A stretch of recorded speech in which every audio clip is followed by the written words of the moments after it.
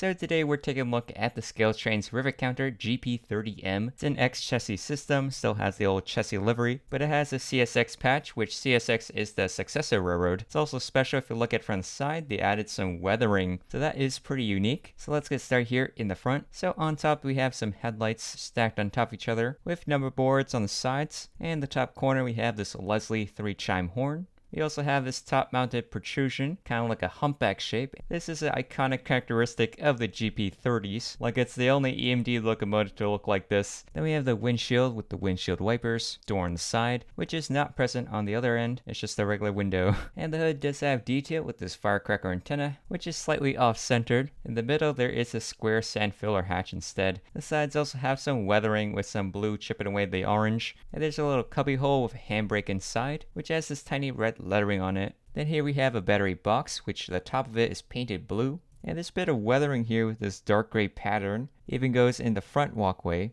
Then we have a step up here with see-through etched metal. And from the side there is this mail slot, which you can see the battery terminal inside, which is a separately applied piece. It's also present on the other side. There's also this circular air vent and another grab iron. Now these two battery boxes, they're actually different sizes. You can see this one is much longer. Also the railings are different. This one has an indent in it, while the other one just goes 90 degrees up. Alright, then on the nose we have the big Chessie logo, which is a cute little sleeping kitten. It's resting its head on a pillow and it makes a shape of a C. Then we have a pair of class lights, grab irons, and molded in latches on both sides. In the front we have these orange stanchions, chain in the middle, and this raised drop step. And there's this wedge-shaped MU cable receptacle mounted on top of the deck. Then we have the coupler cut lever with yellow painted handles, and a ScaleTrains metal knuckle coupler, and MU hoses on the sides, a train line hose in the middle, and at the bottom we have the catch boxes for the MU hoses according to ScaleTrains, and they stick out of the pilot. Alright, so moving off to the side, in the corner we have this step well with orange edges and see-through etched metal steps, and they painted the inner walls of this yellow. And on the sill we got the F for front, which looks pretty fancy, and it's actually different from the one on the other side, which has more of a modern typeface and square. Then here we have a side cab window, a little bit of interior showing, and above we have a sunshade, and these two clear wind deflectors, which seems accurate to the real one, although there should be still a little piece for the mirror. And then this is a pretty cool feature where the windows can actually slide open. You can see more of that interior, which it does have. There is a seat for the conductor, and another one for the engineer, which is equipped with a control stand. See the gauges and levers. Now one thing I had a problem with originally is that if you push it too far, it can easily get stuck behind the wall and it's hard to pull out. And it doesn't slide out with gravity like the other side. But I did figure out a trick is use a hobby knife, just put it in the corner, and it can pry the frame out until you can use a toothpick to close up the rest. So after that we have the cab vent on the side, just a separate applied piece. And here's a stenciling for CSX and the road number 4234. You see this whole area is patched out in this pale yellow, which is a different shade of yellow from the rest of the Chessie livery. Then we got more of that weathering on the orange stripe, as well as down here it looks like they patched out the builder's plate. Then we have the Blomberg B truck, which is in blue, and they painted the wheels a rust brown color. Here it is from above, also added treading on the bottom face, and they have sanding lines going pretty close to the wheels, both sides. A ground light hanging underneath, and there's some writing molded in. The molding is very well made, although I don't know what it says, but the tiny text on the cylinders are quite legible. Alright, then moving along, here we have the inertial air filter, which is pretty interesting. They're using these photo etched grills, so it looks really nice and thin, and waving inside. Now unfortunately there is a bit of yellow paint chipping here. It's actually from an underlying layer, so I can't just scrape it off. And then down here, it's actually pretty interesting as well. It does say 6904, which is actually the previous road number when it was under B&O. Cool, looks like it's handwritten. The rest of the text is legible as well, danger 600 volts. And over here they actually have it one stenciled and one handwritten. And this electrical cabinet actually sticks out and makes an indent. I also didn't realize that there's this bell at the top, which is pretty unique. Nowadays, usually it's on the bottom. Then behind the cab, there is a skinny little window with a windshield wiper. There's also this sill skirt, which holds the emergency fuel cutoff switch, fuel gauge, and the fuel fill, which is actually a separately applied part, so it really pops out. See the nice weathering with the jagged paint, looks pretty realistic. Then we have the air reservoir tank and the fuel tank, which does have some pipe detail in the front. And there's a seam going through the middle and this upper pipe going across the sill. Then at the top we have the dynamic brake housing, which ends in this triangle. And of course we have the Chessie system logo, which looks pretty great, and you can see all these doors molded in. Then in the back we have the radiator, which they actually painted gray with rivets around it. From the side you can see the railing is orange, kind of dips here in the back because there's a step up for the blower duct. Then here is the rear truck, which does have this wire hanging down, which I'm not sure what that's about. Then here's a look at the rear. Again, we have that yellow stepwell with 3 steps, twin headlight in the middle, grab iron ladder on the left, a pair of class lights and number boards, a grab iron, and in the middle there is a drop step, which does swing up, so it is functional. It's a pretty cool feature. So that's how it looks like raised, and it should work the same in the front. Although when I tried it, it kind of just fell out. There's this anchor that fits in the slot. I'm sure it does move, but I'm just going to leave it alone for now. Now for the rest, we have an MU receptacle, MU hoses, and spare knuckle coupler holders, which are painted brown. And again, these pocket catch boxes. And now for the other side, this one also has that step that goes up. There's a lot of scuffed paint here, very weathered and distressed. And here's the rear truck. There also is this random yellow latch. This side also has a sill skirt, but there's also this radial gauge in the fuel tank. And then towards the front, there is this cool sign, danger 600 volts, and a door to access the cab with a step up. And then in the front, there is a speed recorder on this axle. And that's about it for the sides. Now let's go check out the top view. So here's how it looks like. In the front, you can see the walkway treading. Then we have the hunchback roof, which on top is actually angled on the sides. So it's kind of like a wedge shape with a seam in the middle. And in the front, there's this random bump. The next up, we have this top vent and these tiny little lift rings sticking out. Then the turbo exhaust stack, which is gray and it's kind of see-through. Then we have the dynamic brake fan, which is embedded in this trench, so there's like walls on either side. And you can see the silver fan blades inside with this cover. And then in the rear we have the radiator fans, which is interesting. They place a tiny fan in the middle. It does have more blades than the other two. And there are lift rings in the corners and some grab irons in the back. So now let's go check out the bottom. Alright, so here in the front we've got the coupler. Actually this section's pretty empty. And for the truck, apparently ScaleTrains is adding molded in detail for the traction motors. We've also got the sanding lines. Now it's interesting, it's actually going through a loop, which is the first time I've ever seen this in a model. But they're able to get it really close to the wheel, like it's almost practically touching it. And if I move the truck, it kind of goes along with it. Then for the fuel tank, there is a screw in the middle. And then here is the rear truck, that thing sticking out. Alright, so I brought over the Athearn Genesis GP30-2, which is a newer locomotive, and now it's compared to the ScaleTrains GP30M. Now besides the obvious livery difference, you see the GP38 has this newer modern Sinclair antenna, while the GP30 has this older firecracker antenna. Also in the front, the sand filler hatch is pretty square looking versus a circular one, which is common nowadays. And they both have lights mounted to the nose, marker lights versus class lights. Then we have the MU receptacles, kind of different style. And modern day locomotives have ditch lights required by the FRA, which wasn't present in the early 90s. You can see they're both around the same height, even the deck level, but the GP38-2 does have this extra bottom step, which goes lower so it is a bit safer. And the Athearn model does have openable cab windows as well. Although the front one is really stiff, I can literally push the locomotive forward and it still won't open, which I don't have that issue on the ScaleTrains. ScaleTrains also did a better job on the sanding lines, which can get really close to that wheel. In real life, they need that sanding line to put sand in front of the wheels for traction. Compare that with Athearn, where the sanding lines is kind of far apart from the wheels, which looks less realistic, but it doesn't get in the way of the truck. Also, you can see that bell hanging down below. This is typical of modern locomotives versus then having them on top. Also, you can see that blower duct housing, it's pretty boxy, versus on newer locomotives, they have this curving duct. Also, the GP30 has this sill skirt with a fuel gauge and fuel fill, versus nowadays, they just mount it directly on it. Then on the rear, we have the radiator fans, which again, the GP30 has that weird small radiator fan in the middle, which you won't find on the GP38 or practically any other EMD locomotive. So it is a spotting feature of the GP30. Another difference is the GP30 has this raised walkway on the engineer's side, which is just flat across on the GP38. Also, the GP30 has this angled cab windshield, so it's kind of diagonal, while on the GP38 it's just completely flat across. Also, the corners of the roof are angular versus the round on the GP30. And another weird thing I found is from the top is that even the front and the back, the edges of the cab are on a slight angle. Like this doorway, it's on a diagonal. Typically, it should just be straight across. Now, one last feature I would like to mention is this drop step. Like, the fact that it can move is a brand new innovation from ScaleTrains, which on the Athearn, this is just part of the frame. It doesn't move at all, but it should in real life. Even before my ScaleTrains SD40-3, this is just a solid piece as well. Though I should note, apparently it's not the first time someone's done this. Proto 2000 did it on their GP30 many years ago, but maybe we'll see more of this in the future.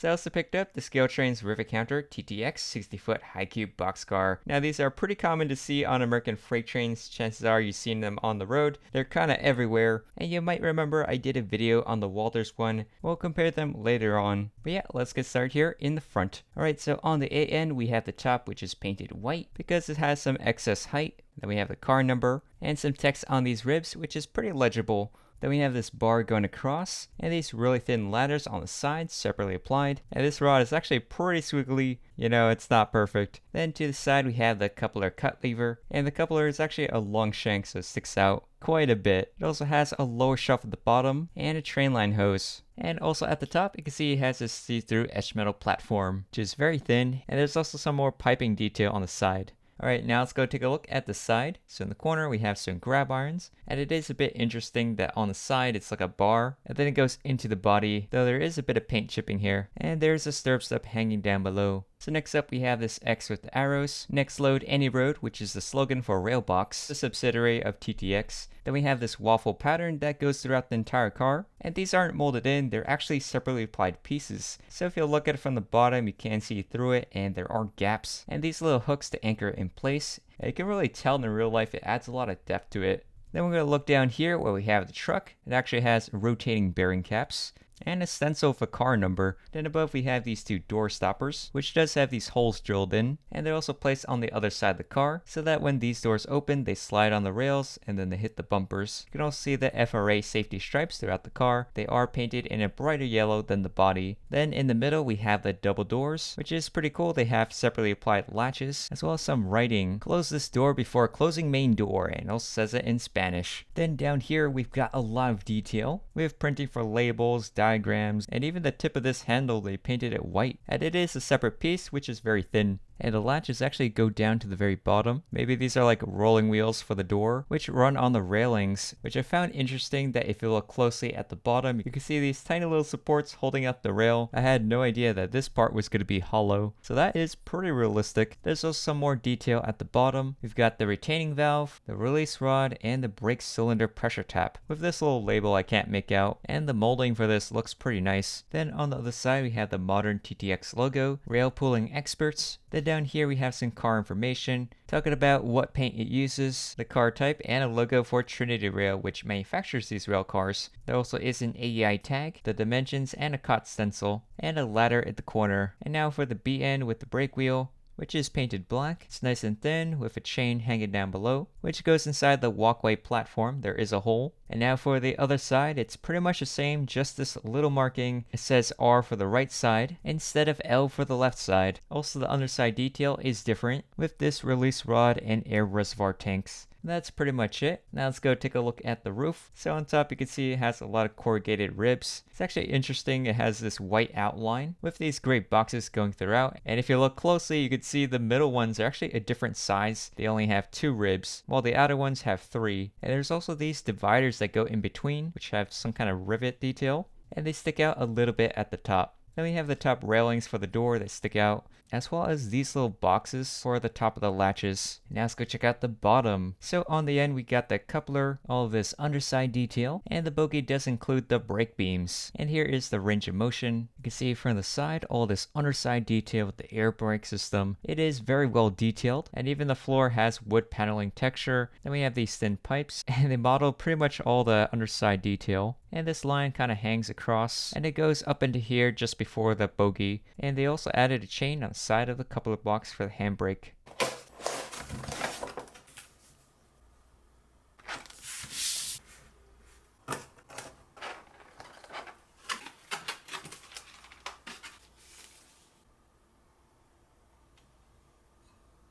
I also got the GATX one. Now it's pretty much the same car, just comes in this dark blue livery, and GATX is a railcar leasing company, and this car is leased to the Laurinburg and Southern Railroad. You can see the reporting mark LRS, which operates in North Carolina. So now let's get started on the front. So you can see it looks kind of similar, but the writing is totally different. Here's a close-up view if you guys want to read that. and there's also some text at the bottom, and FRA squares. And it is interesting the coupler cut lever is yellow, although it's brighter than the TTX. Also, they added a bit of white on the stirrup step. It's also cool that they have blue rotating bearing caps, as well as the stencil with the car number. Then up here we have the car number, some more writing, and there are some Conspicuity stripes running along the bottom, all different sizes. It really adds a nice contrast with the dark blue. And then for the doors, they have more writing, although the text and details are placed differently from the TTX. Then here's a look at the other side. It says GATX, which at one point stood for German American Car Company, but later they switched it to General American Transportation. Then down here we have some more details. Pretty much the same ones we saw on the TTX, but they adjusted it. Now for the other end, again, it just has that brake wheel, which is blue.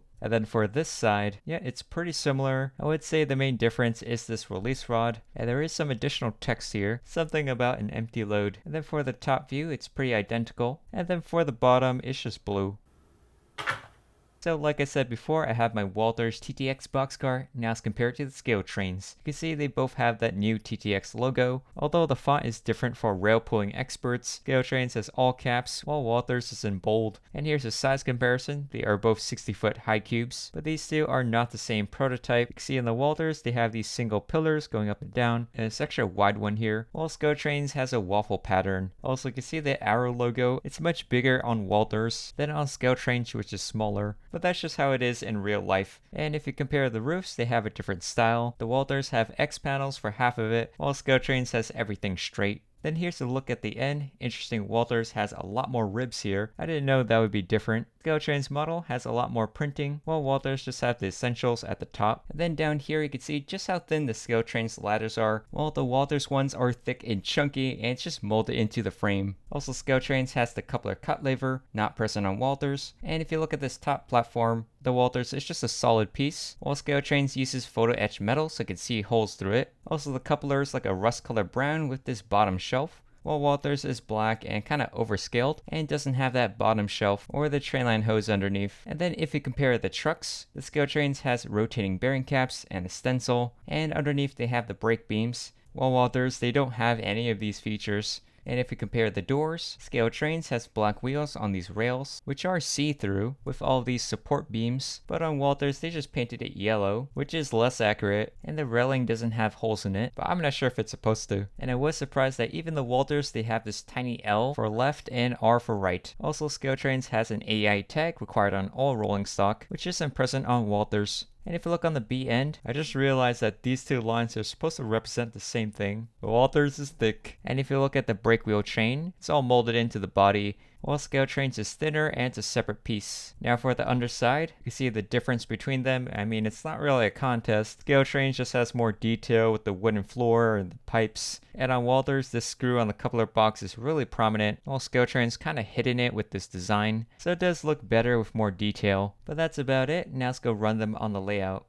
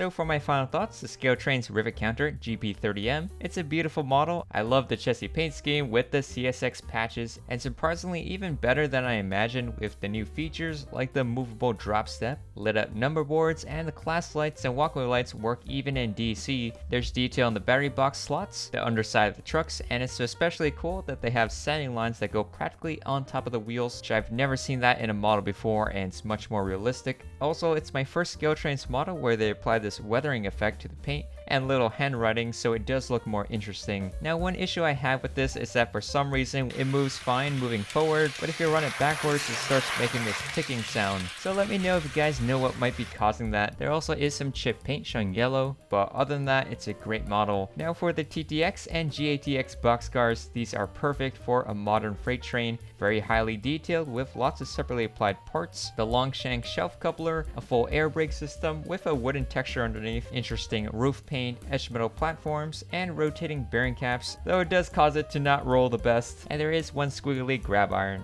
Overall though, ScaleTrains did a fantastic job on these, and I would recommend them if you're looking for a realistic boxcar. But yeah, that's pretty much it. I hope you guys enjoy the video. If you do, hit the like button, leave comments with your thoughts, subscribe for more, and I'll see you guys in the next one.